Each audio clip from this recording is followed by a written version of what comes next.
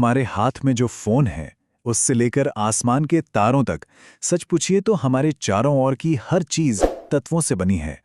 और इन सभी तत्वों को हम दो बहुत बड़े परिवारों में बांट सकते हैं, जिनकी पर्सनालिटी एक दूसरे से बिल्कुल अलग है, धातु और अधातु। तो आज हम यही जानेंगे कि आखिर इनमें ऐसा क्या है जो इन्हें इतना अलग बनाता है, और साथ ही इनके कुछ सबसे दिलचस्प राज भी खोलेंगे। तो ये रहा हमारा आज का रोड मैप। हम शुरुआत करेंगे बिल्कुल बेसिक सवाल से कि आखिर एक धातु धातु क्यों कहलाता है। फिर हम देखेंगे कि उसके गुण असल में दिखते कैसे हैं, उनके एकदम उल्टे स्वभाव वाले अधातुओं से मिलेंगे और उनके केमिकल बिहेवियर को भी समझेंगे।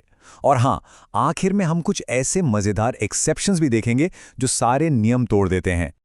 देखिए, धातु और अधातु के बीच का फर्क सिर्फ चमक या मजबूती तक ही सीमित नहीं है, ये उससे कहीं ज्यादा गहरा है। असली कहानी तो हमारी आंखों से परे इलेक्ट्रॉनों की सब एटॉमिक दुनिया में छिपी है। तो एक धातु की सबसे बड़ी पहचान क्या है? इलेक्ट्रॉनों के मामले में उसकी उदारता। इसको ऐसे समझिए कि उनके जो बाहरी इलेक्ट्रॉन होते हैं वो मजबूती से बंधे नहीं होते, बल्कि वो परमाणुओं के बीच एक इलेक्ट्रॉन के समुद्र की तरह आज़ादी से घूमते रहते हैं। और इलेक्ट्रॉनों की यही आज़ादी वो सीक्रेट इंग्रेडिएंट है जो धातुओं के लगभग सभी गुणों को जन्म देती है। और यहाँ पीरियोडिक टेबल पर धातुओं को पहचानने की एक बहुत ही काम की ट्रिक है।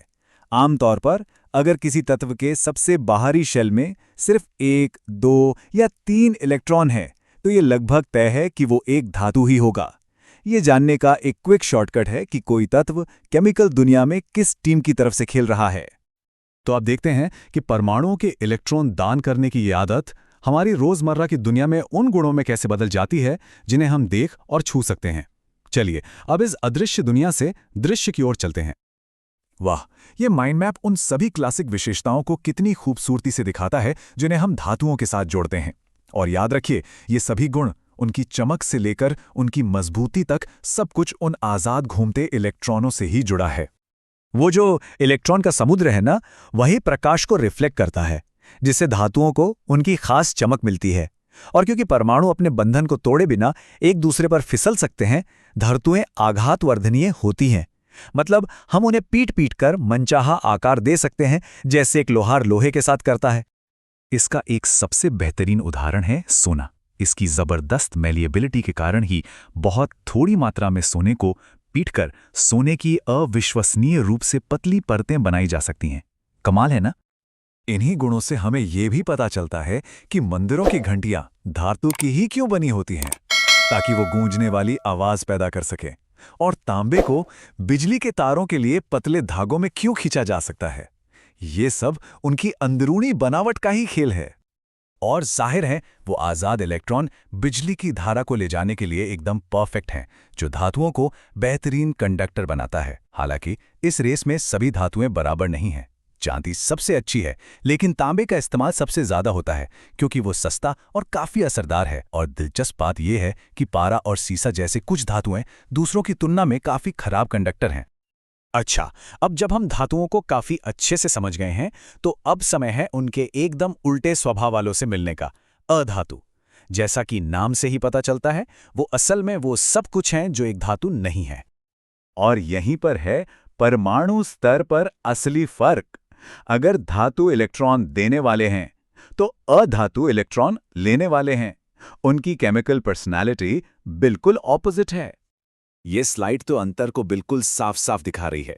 एक तरफ चमकदार तो दूसरी तरफ फीका, एक लचीला तो दूसरा इतना नाजुक कि टूट जाए। ये तत्वों की दुनिया में दिन और रात जैसा फर्क है। और यहां एक और बड़ा अंतर देखिए।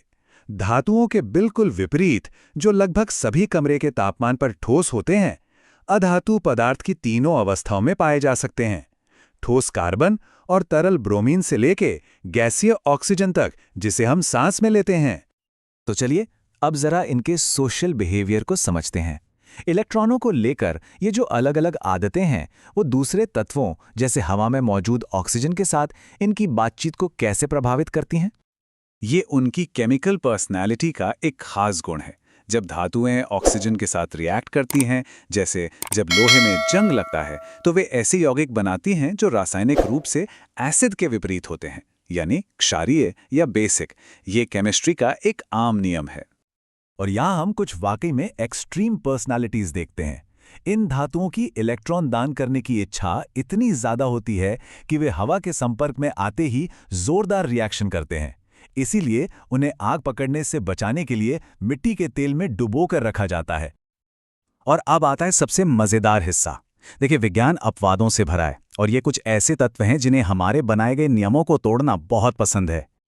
ये टेबल साफ दिखाती है कि ये श्रेणियां सिर्फ गाइडलाइंस हैं, कोई पत्थर की लकीर नहीं।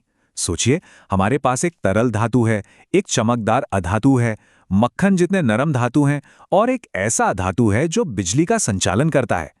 यही बातें तो केमिस्ट्री को इतना आकर्षक बनाती हैं। तो मुद्दा यह है कि रासायनिक नियमों में भी अपवाद हैं। कुछ धातुएं तो किसी एक कैटेगरी में बंधने से ही इनकार कर देती हैं। वे कह सकते हैं कि दोनों टीमों के लिए खेल सकती हैं। एसिड और बेस दोनों के साथ प्रतिक्रिया करती हैं। इन्हें ही उभयधर्मी या एम्फोटेरिक कहा जाता है। और अब हम इस विश्लेषण को एक बड़े ही दिलचस्प सवाल के साथ समाप्त करते हैं। अगर धातुएं मजबूत होती हैं और अधातुएं भंगुर, तो फिर हमारे सबसे मजबूत पदार्थों में से एक स्टील, दोनों का मिश्रण क्यों है? इसका जवाब हमें मिश्र धातुओं यानी एलॉयज की आकर्षक दुनिया में ले जाता है, जहां अलग-अलग तत्वों का मेल असाधारण गुण वाले पदार्थ बनाता है। लेकिन वो एक और दिन की कहानी है।